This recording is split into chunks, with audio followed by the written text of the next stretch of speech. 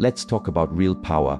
Not the power to command armies, but the power that comes from mastering the one thing you truly control: your mind. If you want to think faster, see clearer, and develop a presence that commands respect without a single threat, you have to stop trying to upgrade your mind like software. The real path is to declutter it. True mental strength isn't built by adding more information, it's forged by removing what's unnecessary. I'm going to give you 4 pillars, 4 shifts in perspective that will make your mind a weapon, not in violence but in clarity and influence. The world we live in is not just noisy, it's an assault on focus. Every notification, every headline, every endless scroll is a tiny paper cut to your attention. We've been tricked into believing that being busy means being effective, that a full calendar means a full life. But a mind that is constantly processing garbage is not a sharp mind, it's a tired mind. The masters of old understood this. Their training didn't start with complex theories, but with one fundamental discipline: stillness. The first move is not to conquer the world, but to silence the chatter within. Your thoughts, your impulses, your reactions, they must yield to a deeper quiet before your true intelligence can surface. In that quiet, your mind finds its true baseline. And that baseline is not frantic, it's steady, deep, and powerful, like the foundation of a skyscraper.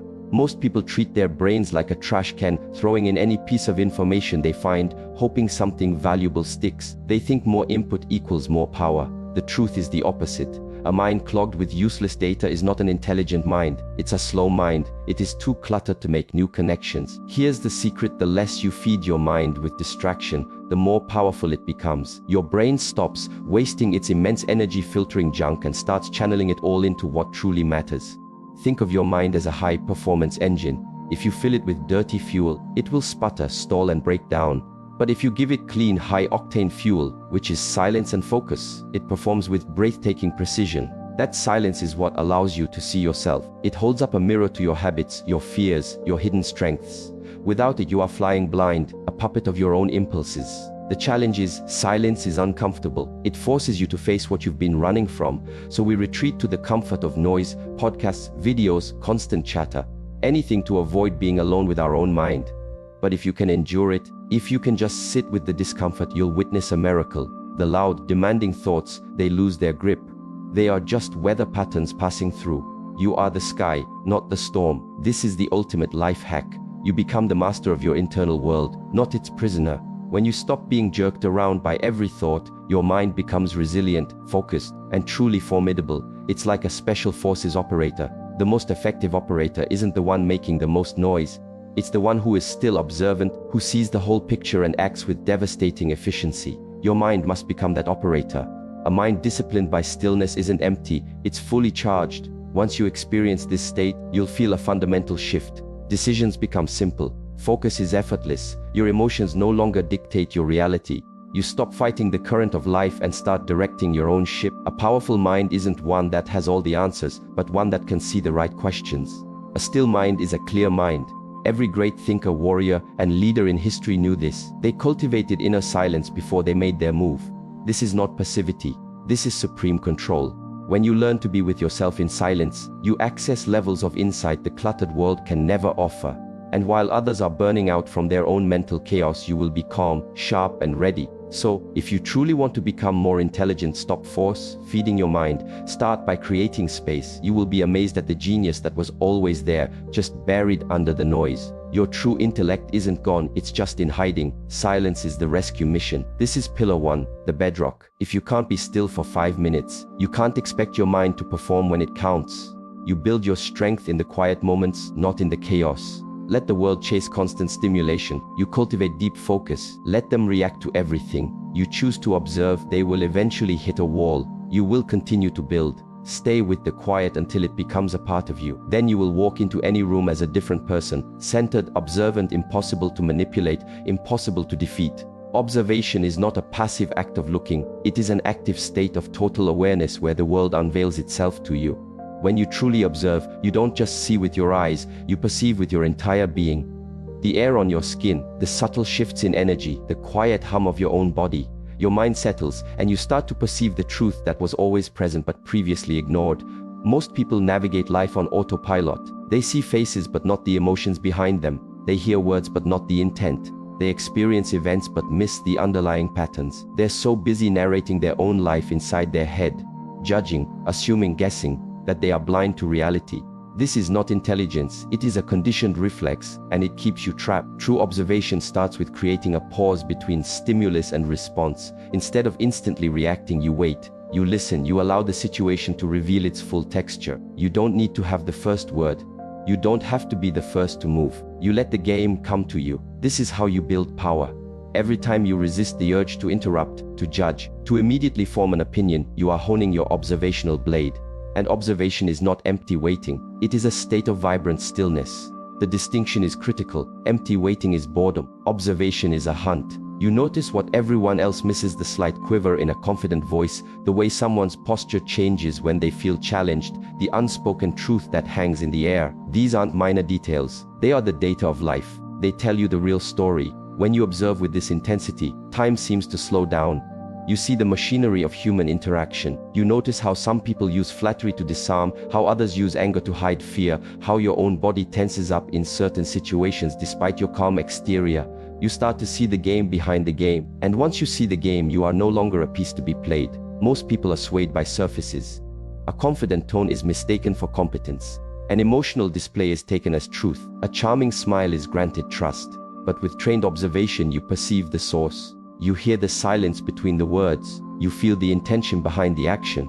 This is what makes you powerful. This power is not loud or flashy. It is a quiet, sharp, undeniable presence. You don't need to argue. You don't need to win debates. You already understand what's truly happening because you're not seeing through the filter of your ego, but with the clarity of pure awareness. There's a universe of difference between reacting and responding. Observation grants you the wisdom to respond. Try this for a single day. Make a choice to speak 50% less and observe 100% more. Not just people, but yourself.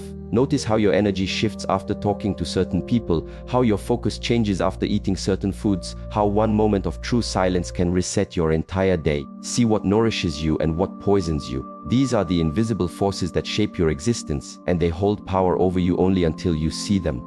The more you observe, the more you understand the laws of cause and effect. You see how one thoughtless comment can alter a dynamic, how one calm breath can diffuse a conflict, how a moment of patience can prevent a mistake. You stop living by accident and start living by design.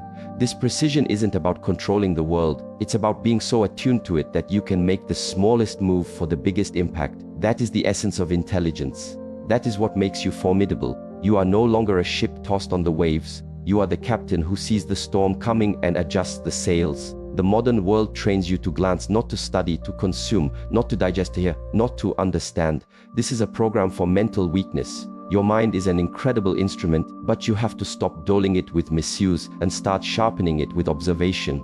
In our tradition, we are taught to feel the direction of the wind, not just hear its sound. We are taught to see the story of the forest in a single fallen leaf. We learn to read the ground to understand what has passed. This is not magic, it is a state of heightened perception. Seeing what others miss gives you options that others don't have. Imagine being the person who feels the tension in a meeting before a single sharp word is spoken. You sense the shift. You feel the unspoken agenda. You are already adapting while everyone else is still reacting to the surface drama. That person doesn't need to shout to be heard. Their awareness is their authority. Their presence is their influence. This is what makes you truly smart. Observation is the bedrock of intelligence. You cannot fix what you do not see. You cannot build on a foundation you do not understand. The more you observe, the more high-quality data your mind has, the more accurate its patterns become, the more effective your actions will be. This is real learning, not just consuming information, but silently watching reality unfold. Remember, this is not about becoming cold or detached. It is about becoming radically present and awake. Your perception is your advantage, and it doesn't require you to be the loudest or the fastest. It only requires you to be the clearest. To become smarter, you must train your awareness to be one step ahead of your ego, one step ahead of your actions. You learn to see the present so clearly that you can anticipate the future. Practice this until your very presence becomes a force for clarity and calm, because people know on a deep level when they are in the presence of someone who truly sees them, and that kind of perception cannot be faked. It is earned in silence, honed by observation, and powered by patience. Let your awareness be your edge. Let your attention be your strength. Let your observation be the quiet force that reshapes your world without a single shout. There is a primal engine inside every one of us, an engine that runs deeper than thought, older than language. It was your first action in this world and it will be your last. You inhaled. you will exhale. Your entire existence is contained between those 2 points. Your breath is not a background process for survival. It is the master key. It is the direct interface between your conscious will and your unconscious body, the control panel for your internal state. When your breath is erratic and shallow, your mind is a chaotic mess. When your breath is rapid, your body floods with stress hormones. Your ability to think clearly vanishes. But when you consciously guide your breath, when you inhale with purpose and exhale with control, your entire internal landscape transforms. The mind quiets, the emotional storms subside, the fog of anxiety lifts and clarity takes its place. This is not a metaphor, it is physiology. It is a trainable skill. Most people let their breath happen to them. They are on autopilot, unaware of the most powerful tool they possess. But on the path to self-mastery, there is no autopilot. Every action is deliberate. The breath must be trained, not just to move air, but to sculpt your state of mind and regulate your nervous system.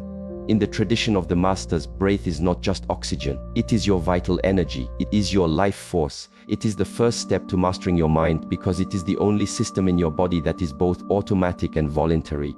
You cannot will your heart to beat slower. You cannot command your liver to function differently.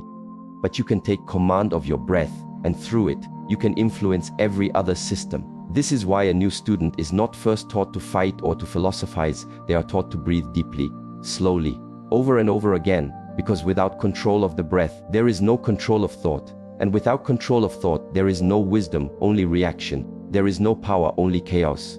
A sharp mind is not the result of thinking more. It is the result of thinking with more clarity. And clarity is born from stillness, not effort.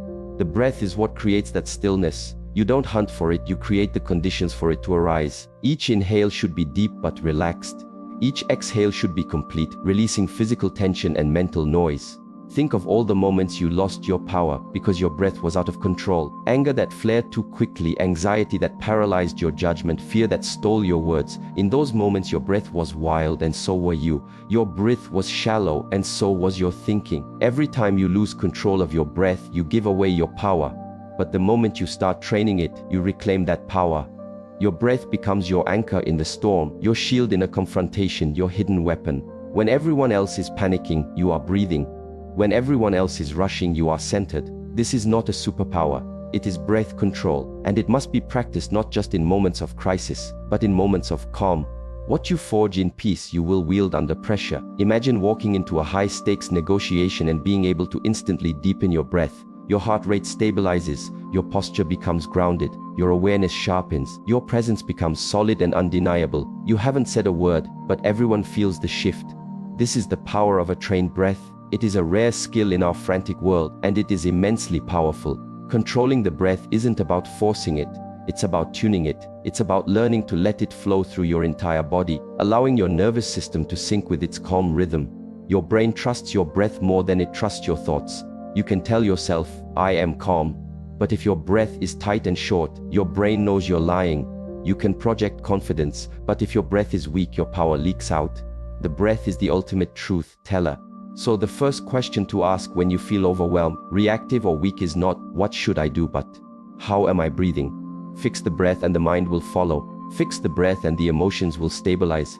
Fix the breath and clarity will return. This is not a one-time fix. This is a new way of living. It is the foundation of all internal strength, and you can practice it anywhere, in a traffic jam, during a difficult conversation, in the middle of chaos. One conscious breath can stop a downward spiral. One deliberate breath can give you the space to choose a better response. One mindful breath returns you to your center. Do this consistently, and your very sense of self will change. You are no longer someone who is at the mercy of their emotions. You become someone who navigates them. You are no longer someone pulled by the tides of life. You become the one who sets the course. You stop fearing uncertainty because your breath is the one constant you can always return to. With it, you are always home. Let go of the notion that intelligence is stored only in your head. True intelligence is embodied. It lives in your nervous system, in your posture, and most fundamentally, in your breath. The breath is what creates the space between your thoughts. Without that space, there is no room for insight, only reaction. Without conscious breath, there is no real power, only pressure. To become sharper, more present, and more powerful, you must begin here. With the breath, return to it, respect it. Train it until it becomes your natural state, not just in meditation, but in every waking moment. Train your breath until it is your most trusted advisor, your internal compass. And while others are lost in the storm of their own minds, you will be the eye of the hurricane, calm, centered, and powerful. Breathe with intention until intention breathes through you. Not every idea that appears in your mind is a fact. Not every impulse you feel is a command. Many of your thoughts are just ghosts, echoes of old fears, recordings of other people's opinions, habits of thinking carved by repetition, not truth. The trap is believing they are all you. The moment you obey every thought without question is the moment you become its prisoner. The weak thoughts, the ones that hold you back, are easy to spot once you learn to listen. They are the voice of hesitation. They are the sound of the excuse. They are the internal lawyer that always argues against taking a risk, speaking your truth, or demanding more from yourself. This voice is not your enemy, but it is not your guide. It is a relic. It is fear wearing the mask of reason. Detachment isn't about becoming an emotionless robot. It is about ceasing to identify with the noise in your head. The thoughts still come, but you no longer cling to them as if they define you. You learn to watch them as you would watch traffic passing on a street. You don't jump in front of every car. You don't try to stop them. You simply notice them and let them go. This is the birthplace of true intelligence. You start to see not just the content of your thoughts, but their quality.